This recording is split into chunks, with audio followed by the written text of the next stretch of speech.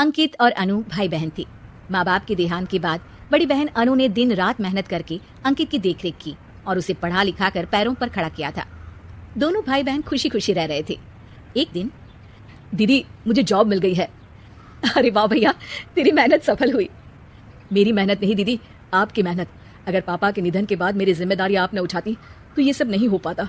मेरी सफलता सिर्फ आपके बलिदान की वजह से है दीदी। कुछ महीनों बाद अंकित की शादी सीमा से हुई। सीमा बड़ी ही चालाकी से अनु से मीठा मीठा बोलकर घर का सारा काम करवा लेती थी और खुद अंकित के साथ घुमा फिरा करती थी।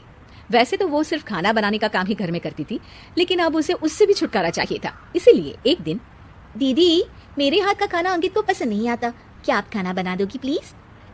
अरे हाँ हाँ, ये भी कोई कहने की बात है, जरूर। सीमा इस बात से मन ही मन बड़ा खुश होती है और अगले दिन के झाड़ू पोछे के काम से छुटकारा पाने के लिए एक और तरकीब लड़ाती है। हॉल में जोर जोर से कराहने लगती है। उसके कराहने की आवाज सुनकर अनु हॉल में भागती हुई आती है। क्या हुआ सीमा? दीदी लगता है मेरी कमर अकड़ गई है। वो क्या है ना, मुझे झाड़ू पोछा करने की आदत नहीं है ना। मेरी मम्मी पापा ने मुझसे कभी ये काम नहीं करवाया। अरे कोई बात नहीं, झाड़ू पोछा ही तो है, मैं कल लिया करूंगी। ऐसे ही धीरे धीरे सीमा ने घर के सारे कामों का बोझ अनु पर डाल दिया। घर का सारा काम अनु करती थी, फिर भी सीमा को अनु से छुटकारा चाहिए था। इसलिए एक दिन वो अंकित के ऑफिस से लौटने से ठीक पहले ढेर सारे कपड़े लेकर धोने का नाटक करने बैठ जाती है। अरे सीमा, इतने कपड़े? अब क्या करूं, अकेली पड़ जाती हूँ, करना तो मुझे ही है ना। अरे दीदी से मदद ले लेती। अच्छा, ताकि सारा जमाना कहे कि भाभी बड़ी ननद से काम करवा रही है। और वैसे भी दीदी ने तो साफ कह रखा है मुझे कि तुम आज जो भी हो सिर्फ उनकी वजह से हो, इसीलिए अगर उनके बना इस घर में रहना है तो काम करना ही पड़ेगा। ये सब सुनकर अंकित को बहुत गुस्सा आ गया। उसने अनु को बुलाकर कहा, दीदी ये घर पापा ने बनाया था और इसमें मेरा भी हिस्सा है और मुझे वो चाहिए। ये सुनकर अनु को बुरा तो लगता है, मगर वो दूसरे ही दिन घर का बंटवारा करने के लिए वकील के पास चली जाती है। वहां से लौटते हुए अनु का एक्सीडेंट हो जाता है, जिससे वो दोनों पैरों से अपंग हो जाती है। अब मजबूरन उसकी पूरी देखरेख सीमा को करनी पड़ती है। एक दिन सारे कामों से थक कर सीमा अंकित से कहती है, अजी सुनते हो, अब मुझसे तुम्हारी ये बहन की सेवा ना होगी। अगर कल तक तुम इसका बंदोबस्त नहीं करते तो मैं घर छोड़कर चली जाऊंगी। अरे ये कैसी बातें कर रही हो? इस हालत में वो कहाँ जाएंगी?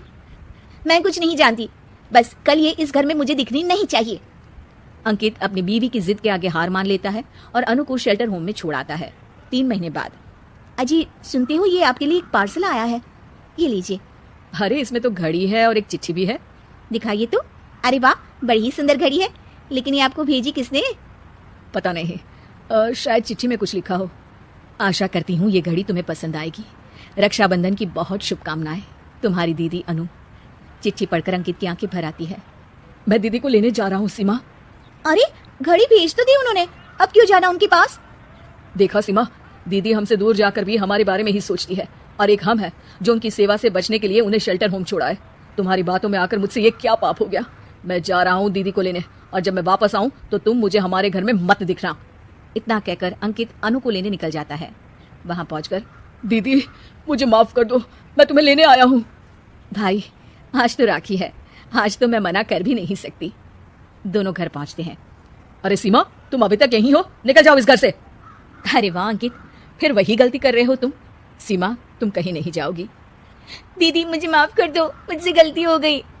सीमा आज ये समय माफी मांगने का नहीं है, राखी की तैयारी करने का है। चलो तैयार हो जाओ, तुम्हारे भैया के घर भी तो जाना है ना। ये सुन सीमा अनु के गले लग जाती है।